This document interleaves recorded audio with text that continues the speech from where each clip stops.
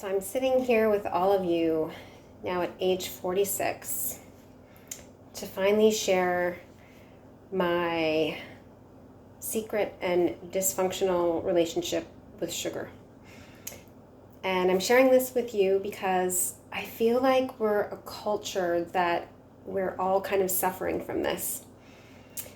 And this dysfunctional relationship with sugar that most of us keep secret and hide away, we do this because sugar is so readily available. And it comes in so many forms. For me, it was candy, just pure sugar candy.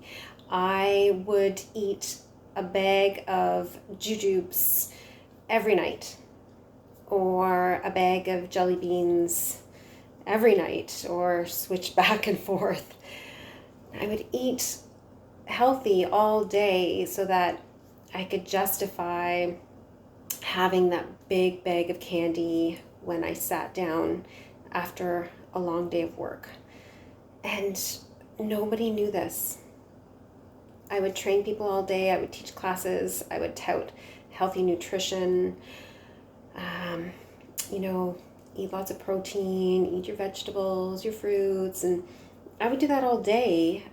But in the back of my head, I was constantly thinking about that bag of candy that I was going to allow myself at the end of the day.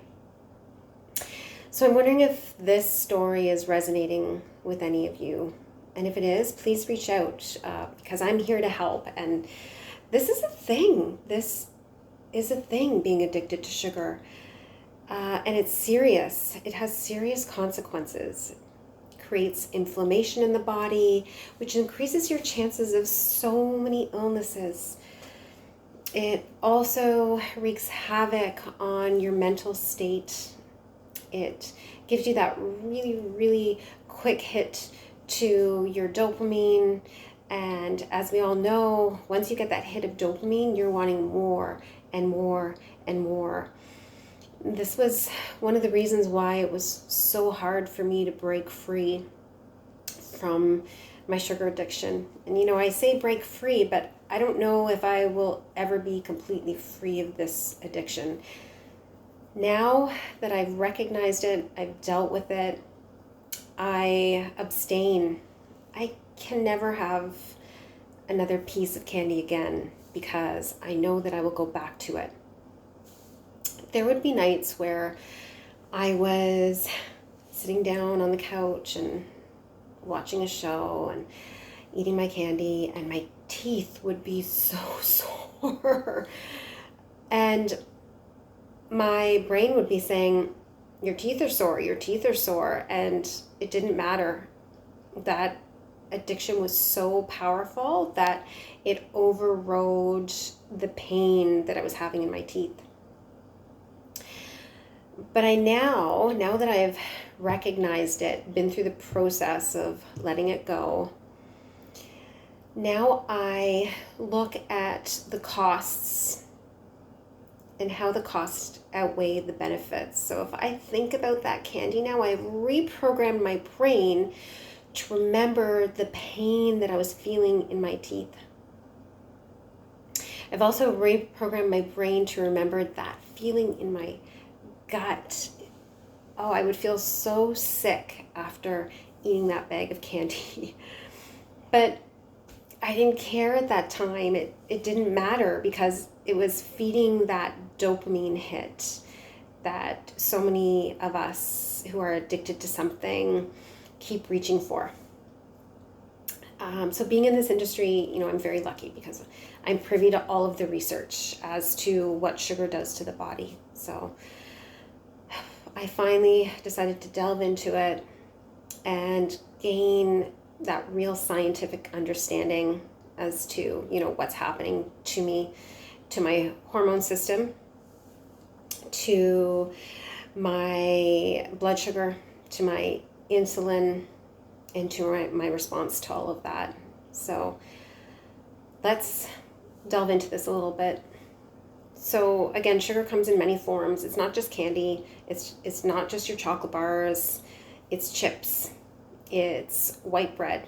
It's processed foods like boxed pizzas, boxed chicken nuggets, a lot of things that come in boxes which are breaded. That's just pure sugar that you're taking in, and you're going to get that same dopamine response that you will as I did with eating a bag of candy. So firstly, let's look at that. Okay, remind yourself of that. Every time you have that food, you're getting that dopamine hit. You're also destroying your gut, just to let you know. Your insulin response as well. So your insulin's going to go, it's going to skyrocket. It's going to go up. And you're going to have lots of energy for about a half an hour after you eat that food. And then guess what's going to happen? It's going to plummet. Your blood sugar is going to plummet. And your body's going to be searching for more. And that's what happens. It's a constant cycle. It's a vicious, constant cycle of wanting these high sugar foods. And remember, it's not just the pure sugar things. I'm trying to help people understand this. It is those bagels, those white bagels.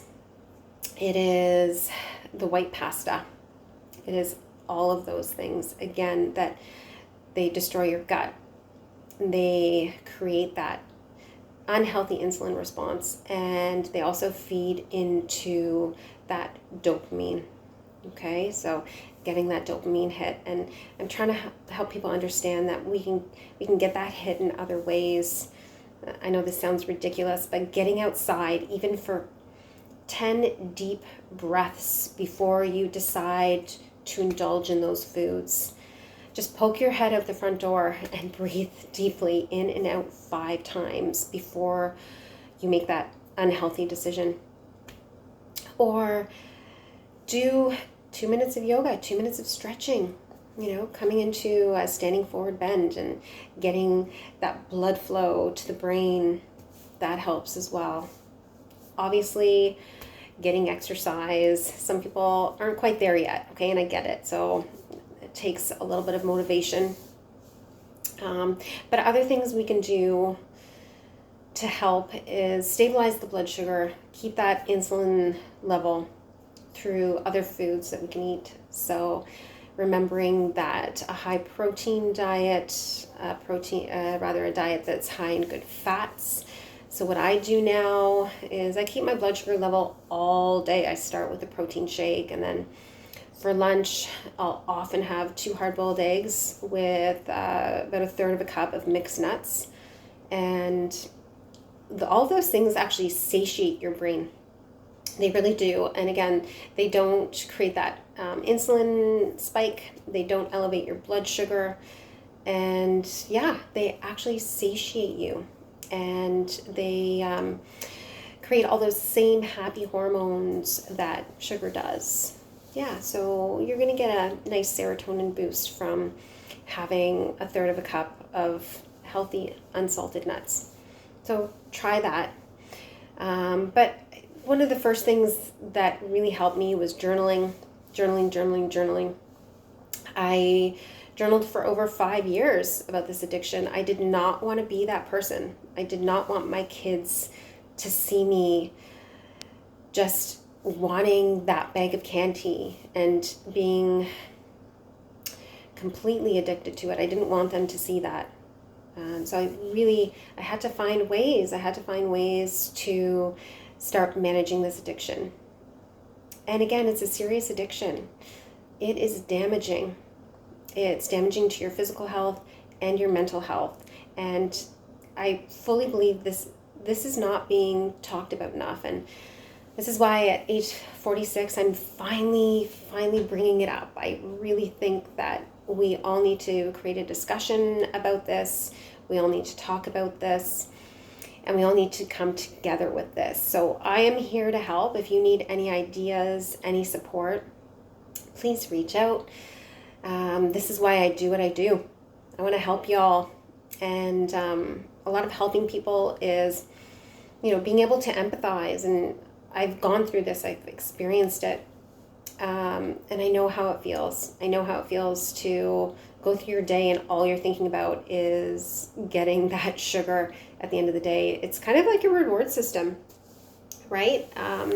So again, finding other ways to reward yourself, other healthier ways. If you want to live a long life, and not just a long life, but a long, good quality life where you're feeling vibrant, you're feeling energized, you look forward to waking up in the morning, because it feels much, much better than spending your entire day planned around when you're going to have your next sugar fix.